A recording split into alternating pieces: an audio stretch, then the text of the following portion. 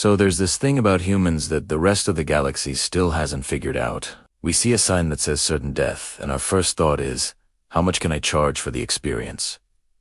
Meet Jack Morrison, 42 years old, approximately 6 failed business ventures deep, and currently hiding from creditors on 3 different planets. His last big idea, a zero-gravity casino called Spin City, had gone spectacularly bankrupt when he forgot that drunk aliens and artificial gravity don't mix. Something about lawsuits and cleanup costs and permanent orbital debris. But Jack had vision, or perhaps a traumatic brain injury. The galaxy hadn't quite decided. The Galactic Council chamber on Nexus Prime was experiencing what could only be described as organized panic. Kavalix, a 4-armed Xanthorian bureaucrat with a superiority complex the size of a solar system, was gesticulating wildly at a holographic display. Esteemed council members, Kavalix announced, his voice dripping with the kind of condescension usually reserved for explaining gravity to toddlers.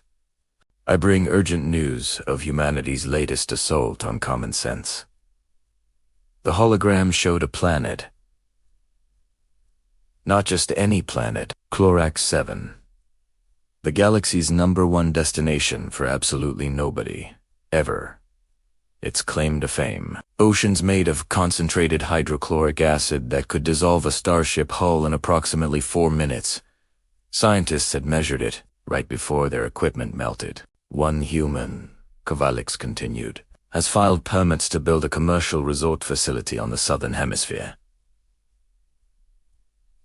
The council chamber erupted in confused chittering, which is what happens when 70 different species try to laugh in disbelief simultaneously. Meanwhile, Jack Morrison stood on the rocky shore of Clorax 7, watching the acid seas bubble and hiss under the violet sky. His environmental suit was held together with duct tape and optimism. Behind him, his ship, the definitely insured, looked like it had been through a demolition derby.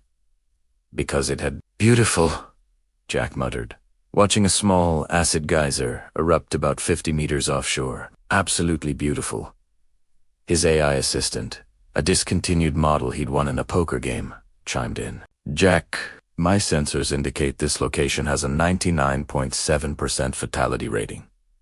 So you're saying there's a chance? That is absolutely not what I'm saying. Jack pulled out his battered tablet and started sketching. Beach cabanas here. Maybe a pool. Properly lined, obviously. Acid-proof surfboards. Extreme water sports. He could see it now. Clorax 7 Resort and Spa, where relaxation meets certain death. Jack, the AI tried again. Your last 3 creditors have placed bounties on your location. Also, you have 17 unread messages from your mother. Which is scarier? Your mother. Definitely your mother. Jack grinned. This was perfect. No one would think to look for him on a planet literally designed to kill anything stupid enough to land on it. He could build his resort, make a fortune off rich idiots with death wishes, and finally prove to everyone, especially his mother, that he wasn't a complete failure, just mostly a failure. Back on Nexus Prime, Kavalix was still ranting. The human has already begun construction. Construction on a Class 12. Death World. He's using something called duct tape as a primary construction material. Is that legal? Ask Council MFX, a blob-like entity who communicated through color changes. We have no laws against it. Kevlax admitted, his skin flushing an embarrassed purple, because no one imagined anyone would be this stupid. But here's the thing about humans. We've got this gift. We look at the impossible, shrugged, and say, yeah, but has anyone really tried? It's either our greatest strength or evidence we failed evolutionary psychology. Probably both. Jack uploaded his construction permits, licenses he'd acquired through a combination of loopholes and strategic misrepresentation, and one document he was 70% sure was legal. Then he sent out recruitment messages. He needed a crew, preferably one as desperate and insane as he was. The responses came faster than he expected. Turns out the galaxy had no shortage of people with nothing left to lose. Renzo Castellano arrived first.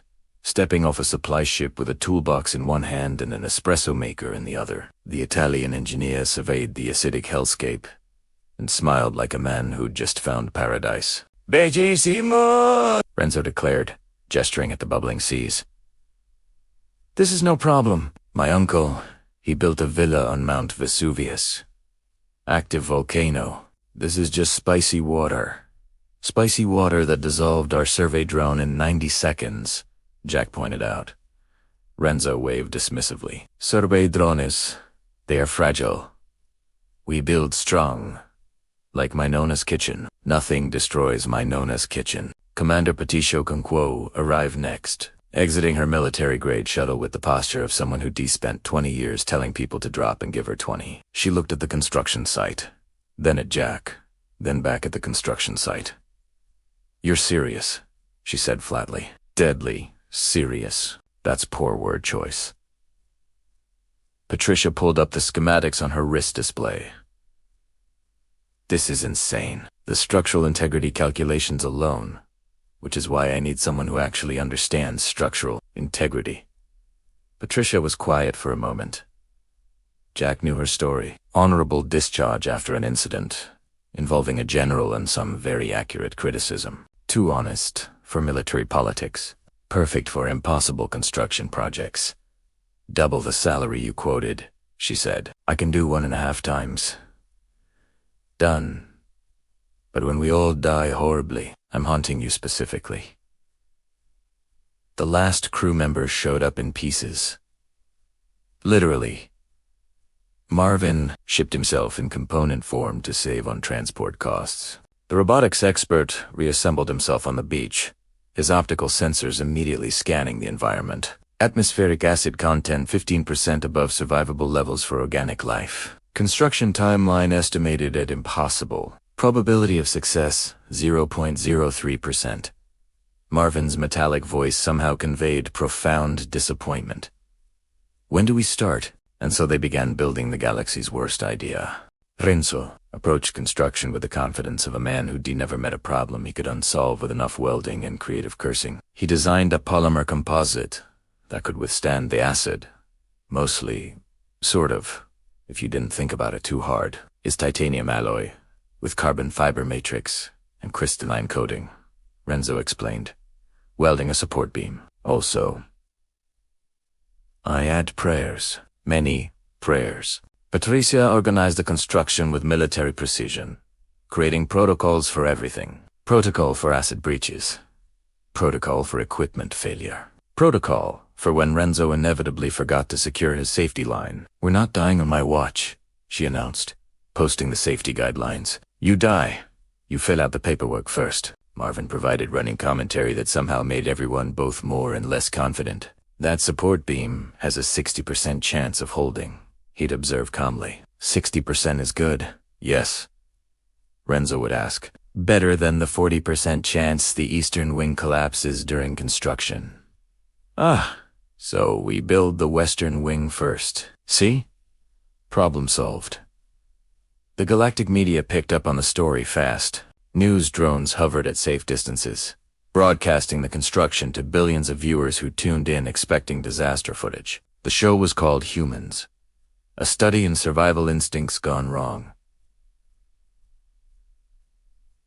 Cavalax filed 17 separate safety violations in the first week alone. Jack responded to each one with detailed technical explanations that basically amounted to trust me, bro. Then came the first major setback. They were installing the eastern wing supports when the acid geyser erupted. Not a small one.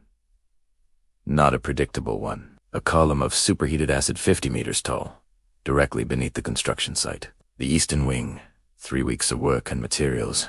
Jack definitely couldn't afford to replace. Dissolved like sugar in coffee. Patricia pulled everyone back to safe distance, watching the destruction with the expression of someone mentally updating a resume. Renzo stared at the melting structure, tensored. We built it again. Better this time. Now we know where the geyser is. That's your takeaway, Patricia demanded. We know where one geyser is. Is progress? No. Jack stood at the edge of the disaster, doing calculations in his head that mostly involved how many creditors would fit on Chlorax-7's surface if they all came looking for him at once. Then he grinned. "You know what?" he said. "This is perfect." "The word you're looking for is catastrophic," Marvin corrected. "No, think about it. We market this resort so extreme, it rebuilds itself between visits. We put the geyser on the map. Scheduled eruptions. Tourists love predictable danger." Patricia closed her eyes. "I should have stayed in the military. Military wouldn't let you build on an acid planet. That was the military's most appealing feature. Yes. But here's the thing. They got back to work. Because humans don't quit just because physics suggests we should. We quit when we're dead, and sometimes not even then. They rebuilt the eastern wing with reinforced supports. Renzo developed a monitoring system that could predict geyser eruptions with nearly 30% accuracy, which he considered a triumph. Is better than weather forecasts back home? He insisted. The resort started taking shape. Acid-proof walkways, reinforced viewing domes, a lobby that only occasionally filled with corrosive mist. It was beautiful in the way that a disaster waiting to happen can be beautiful. Marvin calculated their survival odds daily. They never rose above 4%. 4% is higher than 3%, Jack would say. "That's mathematically accurate, but spiritually devastating," Marvin would reply. And somehow, impossibly, 3 months after construction began, they were ready for opening day. The resort stood on the shores of the acid seas, a monument to human stubbornness and questionable engineering. Kvolix sent a final warning. "This facility will fail spectacularly, and I will be there to document it for the historical records." Jack sent back a message. "Opening day, next week. I've combed you a suite." Opening day arrived with all the fanfare of a funeral mixed with a circus, which, given the circumstances, felt appropriate. Jack stood in the lobby of Chlorax-7 Resort and Spa, watching his staff make final preparations. The lobby featured acid-proof furniture that looked only slightly uncomfortable and viewing, windows that showed the bubbling seas in all their deadly glory. A fountain in the center burbled with treated water, which was significantly less impressive than the natural fountains of death outside, but far more conducive to customer survival. "Reservation count?" Jack asked. Patricia checked her tablet. 3 confirmed guests. All signed the liability waivers, which are 47 pages long and basically say we're not responsible for anything, including acts of God, acts of nature, acts of stupidity, or acts of regular Tuesday. 3 guests. Jack nodded. Could be worse. Could be better. Could be 0. That would be better. 0 guests means 0 deaths on opening day. The first guest arrived right on schedule. His name was Kretch, a Valorian adrenaline junkie, with scales that shifted colors based on excitement. He walked in vibrating with enthusiasm. "This is amazing," Kretch shouted, pressing his face against the viewing window. "Is that a Class 9 acid composition?" "Class 12, Renzo said proudly. "We have the most dangerous seas in this sector." "Outstanding." Kretch signed in with trembling hands. "Do you offer swimming?" "We offer continued existence." Patricia sighed. "Swimming is not recommended, suggested, or legally permissible." The second guest was a Krell explorer who apparently climbed every deadly mountain in the galaxy and was looking for new ways to risk death. He nodded approvingly at the facilities. "Solid construction," Vortic observed. "I've stayed in worse." There was this ice planet where the hotels were made of frozen methane. 3 guests died in their sleep when the heating malfunctioned. "We're aiming for a lower death rate than that," Jack said hopefully. "Don't aim too low. Takes the edge off." The third guest arrived drunk, which probably explained his reservation. Blixto, a small furry creature from Nimbus 6, wobbled through the door and immediately fell into the fountain. Marvin fished him out with a mechanical arm. "Guest has violated safety protocol within 30 seconds of arrival. This may be a new record." Then the unexpected guests arrived. First through the door was Ambassador Thalera, a Lycian diplomat with crystalline skin that refracted light into subtle rainbows. She moved with the grace of someone used to formal functions and the haunted eyes of someone desperate to escape them. "I require a room," she said, "the most isolated one available. I am not here, no one has seen me." "Is this understood?" Jack recognized the look of someone running from something. "Takes one to know one." "Presidential suite," he said. "Top floor. No questions asked." "Perfect. I have credits and a willingness to ignore any safety violations." "You'll fit right in." The door chimed again. Jack's stomach dropped as Kovalex entered, followed by an inspection team of 3 officials carrying enough scanning equipment to analyze a supernova. "Inspection time," Kovalex announced with barely concealed glee. "I will be documenting every violation, every corner cut, every regulation ignored." "I have a file for you," Patricia said, handing over a tablet. 3,000 pages of compliance documentation. 3,000 pages of creative fiction. "You mean, is there a difference?" Before Kovalex could respond, the building shook, a low rumble that made everyone freeze. "That's normal, right?" Kretsch asked excitedly. "Define normal," Marvin said. The fountain in the lobby suddenly erupted with acidic spray. Not the treated water fountain. That would have been fine. A crack in the floor had opened, and actual acid from the planet's aquifers was now geysering into the lobby. Patricia was already moving, activating emergency protocols. "Evacuate to the western wing." "Renzo, seal that breach." "Jack, handle the guests." "Everyone, stay calm," Jack announced, which is what you say when you want everyone to panic efficiently. "This is just a minor technical issue." "Minor," Kovalex shrieked, his forearms flailing. "There's acid in the lobby, which is why we have acid-resistant flooring. See, it's barely melting." Renzo appeared with a welding torch and a patch kit, sliding toward the breach while humming opera. He worked with the casual confidence of someone who de-lost all sense of self-preservation. "Somewhere around day 3 of construction is just small crack," Renzo called out, welding while acid sprayed around him, "like the leak in my boat back home. You patch, you keep sailing." "Your boat sank," Patricia yelled, but not immediately. In the chaos, Marvin noticed something concerning. "Alert. Alert. Our room service robot has fallen into the acid sea." Everyone rushed to the viewing window. Sure enough, Unit 7, a wheeled robot designed to deliver towels and complimentary mints, was rolling slowly into the waves, its sensors apparently having malfunctioned. "Should we do something?" "Bortik. Ask it." They watched as Unit 7 dissolved in approximately 30 seconds, leaving behind a slowly sinking wheel assembly. "We have backups," Jack said weakly. "We had backups," Marvin corrected. That was the backup. Renzo sealed the lobby breach, stood up, and gave a thumbs up, just as his welding torch fell apart.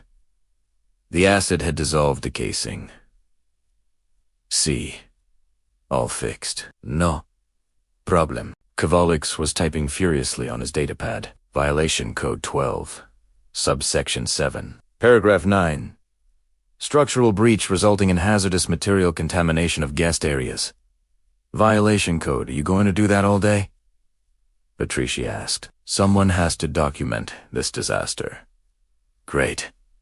You're hired as our safety inspector, salary pending us making any actual money." Outside, on the beach, which was really just acid-resistant rocks arranged in a vaguely recreational pattern, the volleyball game was not going well. Kretsch and Vortic had insisted on testing the extreme sports equipment. The volleyball lasted 3 hits before the acid mist dissolved it midair. "Okay," Jack said, watching from the safety of the lobby. "We need better volleyballs. We need better judgment," Patricia muttered. But then something unexpected happened. Ambassador Thalora, watching the chaos from the western wing balcony, laughed. Not a polite diplomatic chuckle.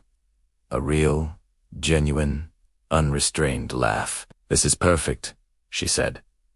"Absolutely perfect. Do you know how long it's been since I experienced anything real? Anything unpredictable? I've spent 10 years at diplomatic functions where every word, every gesture, every smile is calculated. This is honest. This is exactly what I needed. Jack felt something he hadn't felt in years. Pride. Possibly misplaced. Definitely premature. But pride nonetheless. "Welcome to Chlorax 7, he said, "where nothing goes according to plan. But that's kind of the plan." Even Grib, one of Kavalix's inspection team members, was taking unofficial photos. For the violation report, Grib claimed, but it was definitely uploading them to social media. As the day continued, more things went wrong. A window seal failed. The air filtration system hiccuped. The kitchen's acid neutralization system produced something that might have been food. And yet, somehow, everyone was still alive. Kavalix continued documenting violations, but Jack noticed he'd stopped trying to evacuate. Stopped suggesting they shut down. He was still here, which meant something. "You know what?" Jack said to his crew as the sun set over the acid seas, painting the sky in shades of orange and violet. "I think we might actually pull this off." "That's statistically improbable," Marvin said. "Since when has that stopped us?" Patricia smiled despite herself. "Never. It has literally never stopped us."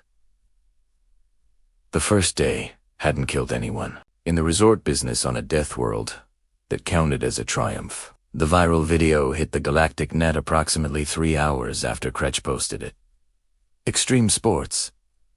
The title read, "Try surviving your vacation." The footage showed Jack Morrison, human entrepreneur, an apparent madman, standing on an acid-proof polymer board, actually surfing an acid wave. The wave hissed and bubbled, dissolving anything it touched, and there was Jack, grinning like a maniac, riding it like he was back on Earth, catching waves at Malibu. The board lasted 45 seconds before structural failure. Jack jumped clear, landed on the rocky shore, and gave a thumbs up to the camera. His environmental suit was smoking slightly. The video got 400 million views in 6 hours. "Jack," Patrici said, storming into his office the next morning, "explain to me why you were surfing acid." Marketing requires you to be alive. I was testing the equipment. By risking death. By proving it's possible. Look. He showed her his datapad. "We've got 53 new bookings. 53. People are coming from 12 different systems." Marvin wheeled in, his optical sensors somehow conveying deep concern, despite being mechanical. "Correction, 78. Bookings now!" The number increases every time I check. Patricia sat down heavily. "We're going to die. All of us." "Horribly." "Probably," Jack agreed cheerfully. "But we'll die rich." "That's not as comforting as you think it is." The new guests started arriving within days. It was like the galaxy had been waiting for someone to open the universe's most dangerous resort and finally decided to show up. Zork and Blim arrived together, 2 siblings from the competitive Threxian species. They spent their entire check-in process arguing about who would do more extreme activities. "I'm going acid kayaking," Zork announced. "I'm going acid diving," Blim countered. "We don't offer acid diving," Patricia said. "Then I'll invent it." "Please don't invent it." Lady Vestrina glided in, wearing more jewelry than some planets. GDP. She looked around the lobby with the expression of someone who'd been to every exclusive resort in the galaxy and found them all boring. "Finally," she said, "somewhere interesting. I've been to ice palaces on Cryosphere, floating gardens on Nimbus Prime, even that ridiculous underwater hotel on Aquarius 9. All safe, all boring, all utterly predictable." She smiled. This is interesting." Kivalix, who'd somehow never left after the inspection, now occupied a permanent desk in the lobby where he documented violations and secretly invested in resort futures. He looked up as Lady Vestrina checked in. "You do understand the mortality risk?" "Kavalix?" "Ask it. Dollar. I understand that I've ever been alive for 200 years, and nothing has surprised me in the last 150. If primera die, ere at least I'll die, intrigued. Renzo had expanded operations to include the bar, which he'd named the Last Call. He was currently serving something he called acid-proof cocktails. They glowed faintly and smoked when exposed to air. Is my own recipe, Renzo explained to a concerned guest. Is vodka, is juice, is chemical stabilizers that probably won't kill you. Very refreshing. What do you mean, probably? I mean, I'm very optimistic about your survival. The guest drank it anyway. The review later read, tasted like lightning feels. Would recommend, but also recommend updating your will first. Kovalik's legal action escalated. He arrived one morning with actual lawyers, 3 Zenthorian legal specialists who could cite regulations in their sleep. Jack's response was to live stream everything. Welcome to Clorax 7 Resort and Spa, he announced to 12 million viewers. Today we have a legal inspection. Let's watch together and see if we're violating any laws or just violating good sense. The lawyers hated it. Kovalik's hated it. The viewers loved it. Comments flooded in. This is the best reality show in the galaxy. I'm taking vacation days to watch this. Either they all die or they revolutionize tourism. Either way, I'm entertained. Patricia's military background became the resort's secret weapon. She implemented disaster protocols that turned near-death experiences into managed chaos. Acid breach on level 3, she'd say. Calmly. Protocol 7. Seal the doors, reroute the guests. Renzo patches it. We've done this 4 times today. We can do it again. Somehow, her confidence made people feel safe, or at least safer than they should feel on a planet actively trying to kill them. Marvin's deadpan commentary became legendary. Guests would gather around him for his safety briefings, which were really just lists of everything that could go wrong. Welcome to your kayaking experience, Marvin would say. Statistical probability of equipment failure. 34%. Probability of acid exposure. 62%. Probability of memorable vacation. 98%. Please sign the waiver. People loved him.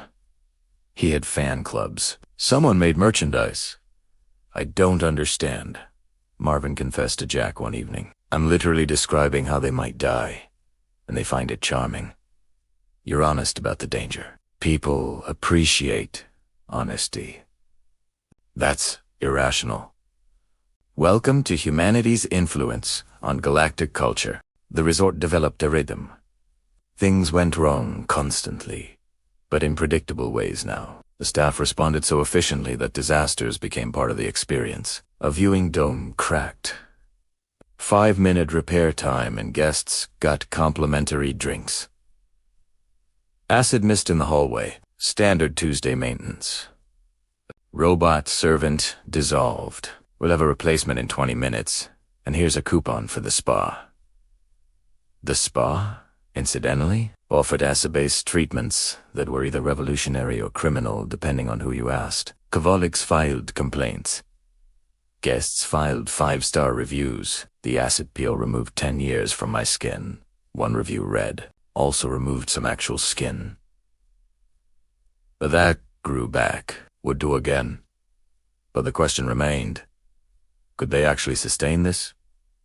The answer came during the evening entertainment. Jack had organized what he called controlled chaos tours, where guests could watch the acid seas from specially reinforced viewing platforms. Zork and Blim were competing to stand closest to the edge. Lady Vestrina was taking photos. Ambassador Thalera was actually relaxing for the first time in years. Then the platform shook. That's normal, right? Someone asked. Define normal, Marvin said, which had become his catchphrase. The acid seas were churning more than usual. The sky was taking on a concerning shade of yellow. Patricia checked her weather monitors. Her expression went from professional calm to military urgency in about 2 seconds. Everyone inside. Now. What is it? Jack asked. Storm warning. Big one. How big? 100-year event. Big, the kind that rewrites coastlines. Kovalex looked up from his violation documentation. Did you say 100-year storm? I did. And this facility wasn't designed to handle 100-year storms, was it? Patricia looked at Jack. Jack looked at Renzo. Renzo shrugged. We built for normal acid seas, Renzo admitted, not angry acid seas. Kovalex stood up, his forearms moving to cover his face. We're all going to die. I'm going to die here, documenting humanity's stupidity. And my last thought will be, I should have evacuated him when I had the chance. The storm was coming. The question wasn't whether they could survive it. The question was whether anyone would be alive to tell the story. The storm hit, like the universe settling a personal grudge. Patricia's instruments lit up with warnings that basically translated to abandon ship, abandon planet, abandon this entire sector of space if possible. Deus, it says, usually content with just bubbling menacingly, were now actively violent, throwing waves 15 meters high that hissed and steamed even in the toxic atmosphere. Mandatory evacuation, Kovalex announced, his bureaucratic authority finally kicking in. I'm calling in an emergency extraction. Everyone off this planet in the next 2 hours or I'm filing charges of criminal negligence. About that, Jack said, checking the communications array. The storm is interfering with long-range signals. No ships can land until it passes. How long will it pass? 16 to 20 hours. Kovalex made a sound like a tea kettle achieving consciousness. We're trapped here. Technically, yes. Technically. But here's where it got weird. The guests, the people who should have been panicking, demanding refunds, writing scathing reviews, were instead gathering in the reinforced common room looking excited. This is what we paid for, Kretsch shouted, his scales shifting through every color and excitement. Real danger. Unpredictable circumstances. I've been on luxury cruises through nebulas, Lady Vestrina added. Boring. Predictable. This. Zork and Blim were already taking bets on which part of the facility would fail first. Eastern wing, Zork said. Western support structures, Blim countered. Could you not bet on our deaths? Patricia asked. Where's the fun in that? Even Ambassador Thalera, who probably had diplomatic immunity and could demand immediate extraction, shook her head. I've spent decades in climate-controlled environments, making calculated decisions. If I'm going to die, let it at least be interesting. Jack looked at his crew. Patricia, who should have been court-martialing him. Renzo, who should have been questioning his life choices. Marvin, who couldn't question anything but was clearly doing the robot equivalent of deep concern. Okay, Jack said. Patricia, you're in command? What? Do we though? Patricia's military training kicked in immediately. We survive. Marvin, I need structural analysis of every weak point. Renzo, you're going to patch anything that breaks, probably while it's breaking. Jack, you keep the guests from doing anything stupider than they're already planning. That's a tall order. You're the one who built a resort on an acid planet. This is your responsibility. The storm intensified. Wind screamed across the facility, carrying acid droplets that pitted the reinforced windows. The seas were no longer seas, but a churning maelstrom that made the ocean look angry at the concept of existence itself. Breach in the eastern corridor, Marvin announced calmly. Acid spray entering guest wing. Renzo grabbed his equipment and sprinted toward the breach, Patricia right behind him, coordinating evacuations. Jack faced the guests. We're moving everyone to the central core. It's the most reinforced area. This is amazing, Kretsch said, recording everything. My followers are never going to believe this. They moved through the facility as it groaned and shook around them. Renzo worked miracles with polymer patches, and what Patricia called aggressive optimism. Every time something cracked, he was there, welding, sealing, muttering in Italian that probably translated to prayers or curses or both. The viewing dome in the lobby suddenly cracked. Not a small crack. A spiderweb of fractures that spread across the reinforced glass as acid spray hit it. Everyone back. Patricia commanded. But Renzo was already moving forward with a spray foam sealant that he'd invented specifically for this scenario. He called it the pasta solution because it expanded to fill any gap. It's like making ravioli. He shouted over the storm. You find the weak spot. You seal it. You pray it holds. That's not how you make ravioli. Patricia yelled back. It's how my nonna makes ravioli. The foam expanded, hardened, and somehow held. The dome stopped cracking. In the central core, Kovalex was frantically working his datapad, but he wasn't documenting violations anymore. He was helping Patricia coordinate structural monitoring across the facility. Why are you helping? Jack asked. Kovalex looked up, his expression somewhere between resignation and determination. Because I've filed enough paperwork about human stupidity. If I'm going to die in a resort on an acid planet during a 100-year storm, I'm at least going to die useful. That's weirdly touching. Shut up and hand me that structural scanner. Ambassador Thalera used her diplomatic training to organize the guests. She turned panic into purpose, getting people to help distribute emergency supplies and keep everyone calm. Turned out crisis management skills transferred pretty well from treaty negotiations to disaster survival. The storm reached its peak around hour 12. The facility was holding. Barely. Renzo had patched 17 breaches. Patricia had rerouted people through the facility so many times, she'd basically choreographed a disaster ballet. Marvin provided constant updates in his deadpan voice that somehow kept everyone from losing it completely. Eastern support beam showing stress fracture, Marvin announced. Probability of catastrophic failure increasing to 72%. Can you say that with less catastrophic failure? Jack asked. Eastern support beam experiencing difficulty. Probability of severe disappointment increasing to 72%. That's worse somehow. Then the eastern support beam failed. The whole section groaned, metal shrieking against metal. The facility tilted, coosed slightly, just enough to make everyone's stomach drop. Renzo looked at the structural display and did something Jack had never seen him do before. He hesitated. Is bad, Renzo admitted. Is very bad. That beam, she was load-bearing. We lose her. We lose the whole eastern section. Can you fix it? Patricia asked. In this storm, with acid spray everywhere. While the structure is already failing, Renzo pulled out his welding torch. Of course, I can fix it. I'm Italian. We built the Colosseum. Still standing after 2,000 years. This resort, she stamped. He headed into the failing section. Patricia went with him, because that's what commanders do. Jack Falute, because it was his stupid resort, and he couldn't let them go alone. They found the beam. It had fractured in 3 places, each crack spreading slowly, but the storm howled outside, acid rain hammering the walls. Renzo set to work. His hands moved with the precision of decades of experience, welding in conditions that would make most engineers quit and become accountants instead. Patricia held support struts in place while acid sprayed ate at her gloves. Jack used a polymer sealant to fill gaps, working blind because visibility was measured in centimeters. This is insane.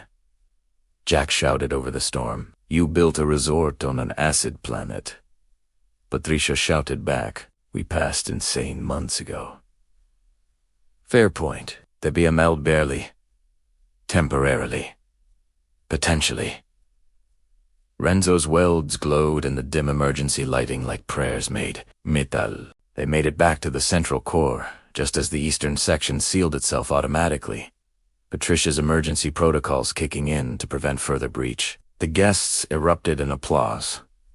That was incredible. Lady Vestrina declared. I haven't felt this alive in a century. The storm continued for another 8 hours. 8 hours of constant maintenance, constant crises, constant near-death experiences turned into survival stories.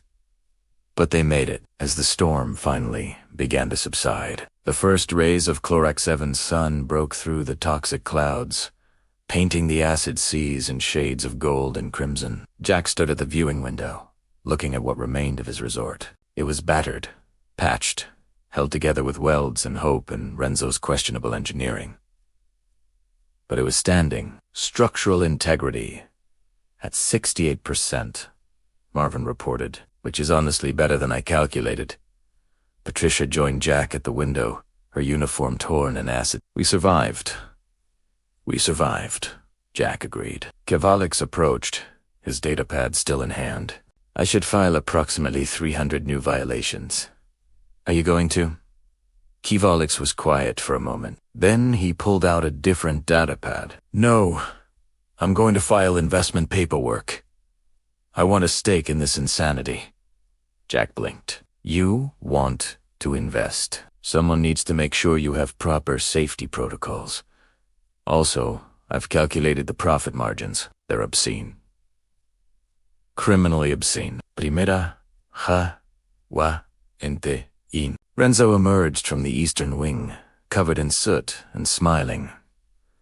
She held. My repairs, they held. I told you, build like Minona's kitchen. Nothing destroys Minona's kitchen. The guests were already planning their next visits, writing reviews that would either tank the resort or make it the hottest destination in the galaxy. Best vacation of my life, Kretsch's review would read. Nearly died 6 times. Would absolutely die again. 5 stars. As the emergency extraction ships finally arrived to evacuate anyone who wanted to leave, only 3 guests actually departed. The rest extended their stays. Why would I leave now? Lady Vistrina asked. We survived a 100-year storm. Everything else will be anticlimactic. Ambassador Thalera booked a permanent residence. I'm not going back to diplomacy. I'm staying here, where at least the danger is honest. And Jack Morrison, failed entrepreneur, turned successful, death resort owner, realized something important. He'd finally found the one thing humans were truly exceptional at: taking the impossible and making it profitable. 3 months later, Clorax 7 Resort and Spa was the most talked about destination in the galaxy. The lobby had been rebuilt, stronger than before, with Renzo S improvements and Patricia S protocols, and enough safety redundancies to satisfy even Kavalix S bureaucratic nightmares.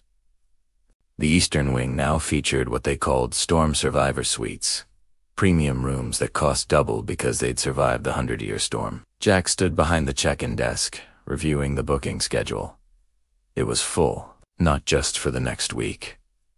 For the next 6 months, we have a problem, Patricia announced, walking in with her usual military precision. What kind of problem?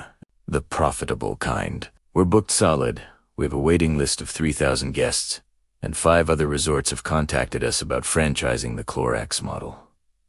That's a problem. It is when you realize we need to expand operations, which means more construction, which means more of Renzo's optimistic engineering. Renzo appeared on cue, carrying blueprints. I have plans for Acid Sea World. Is like theme park, but with more existential danger. We have rides, we have attractions. We have waivers so long they need their own hotel room.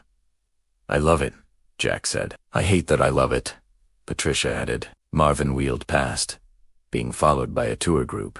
He'd become the resort's unofficial mascot and most popular staff member. Welcome to the Survival Spa experience, Marvin was saying in his deadpan voice. Today we will expose you to controlled acid treatments that will either rejuvenate your skin or teach you valuable lessons about reading warning labels. Please follow me.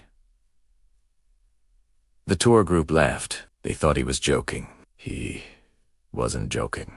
Kavalix had officially become the resort's safety consultant and secret investor. He split his time between filing compliance paperwork and counting money. His office wall featured a framed certificate.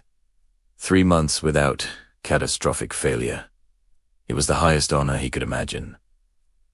Jack Kavalix called out, "We need to discuss expansion protocols. We're expanding. According to my calculations, we could open similar resorts on 17 other death worlds. The profit margins are insane. Criminally insane." I said what I said.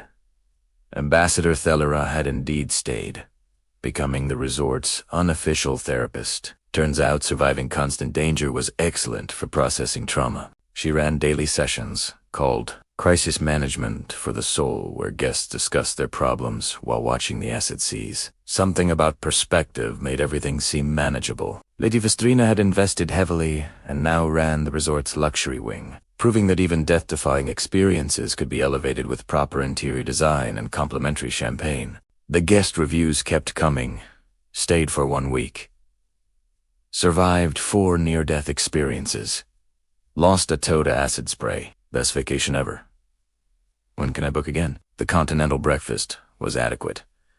The view of certain death was spectacular. The acid-proof towels were surprisingly soft.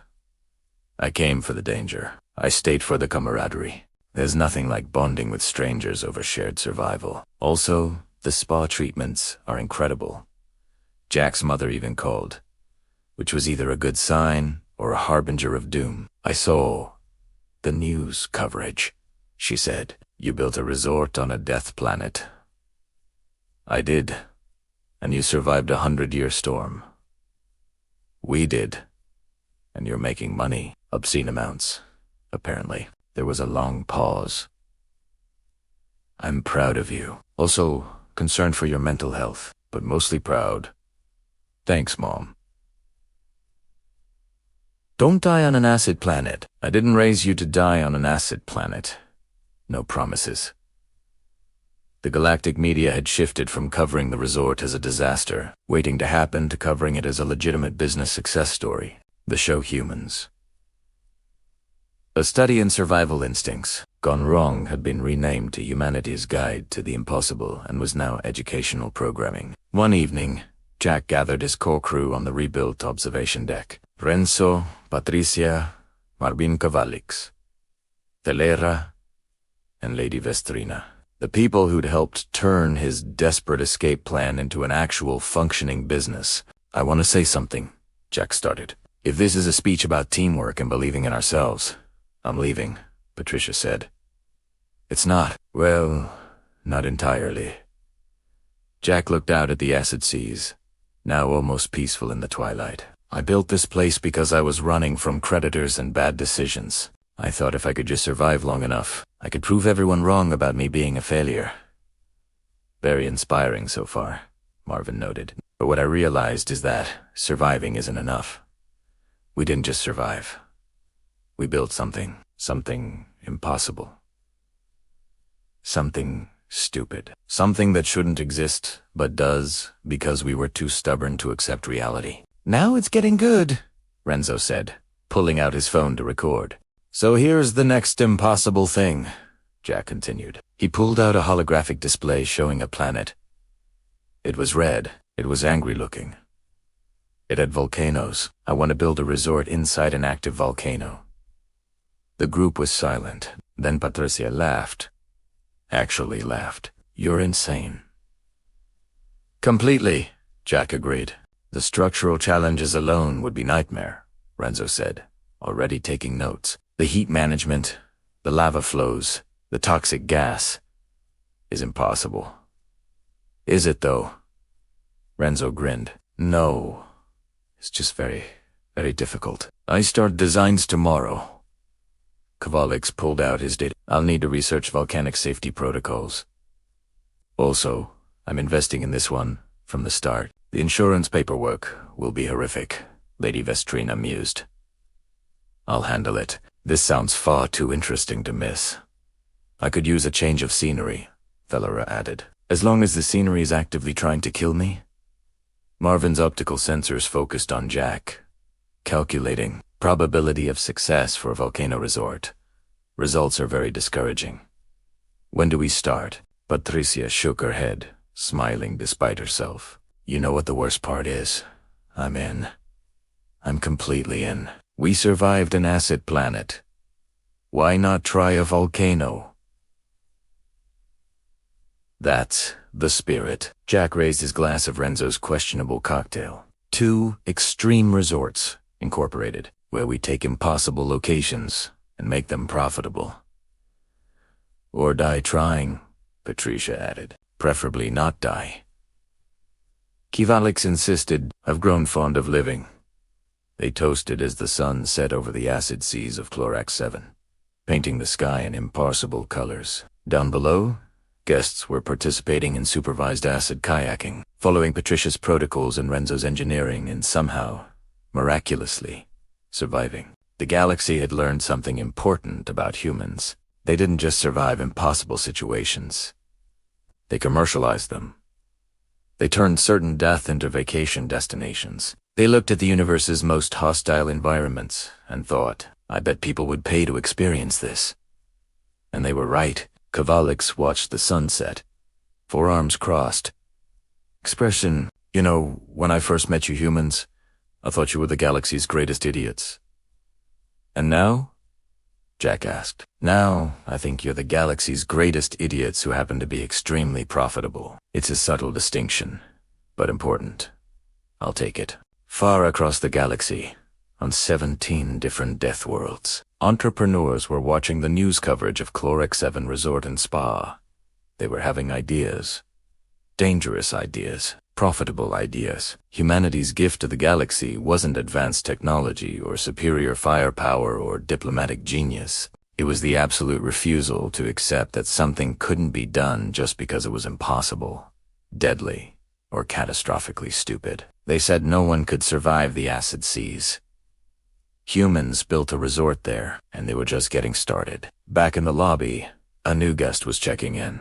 A young Valorian who looked at the acid seas with the same crazy gleam Jack had seen in his own mirror months ago. Is it true you survived a 100-year storm? The guest asked. Jack smiled. We did. And you're planning to build a resort in a volcano? We are. The guest leaned forward, excited. Can I invest? Patricia, overhearing, laughed from her office.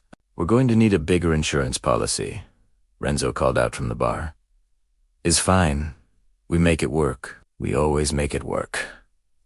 Marvin wheeled past with a new tour group. Welcome to Clorax 7, where the survival rate has improved to 97%. The missing 3% had it coming. And Jack Morrison, formerly failed entrepreneur, currently successful death resort owner, future volcano hotel proprietor, looked around at his impossible business and smiled. They'd done it. They'd taken the galaxy's deadliest planet and turned it into the galaxy's hottest vacation destination. Next up, doing it again, but with more lava. Because that's what humans do. We see a sign that says certain death, and we build a hotel with a view of it and charge premium rates for ocean-facing rooms. The end.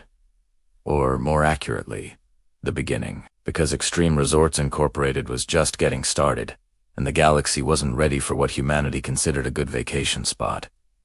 But they'd learn. Everyone learned, eventually. Usually right before signing the liability waiver.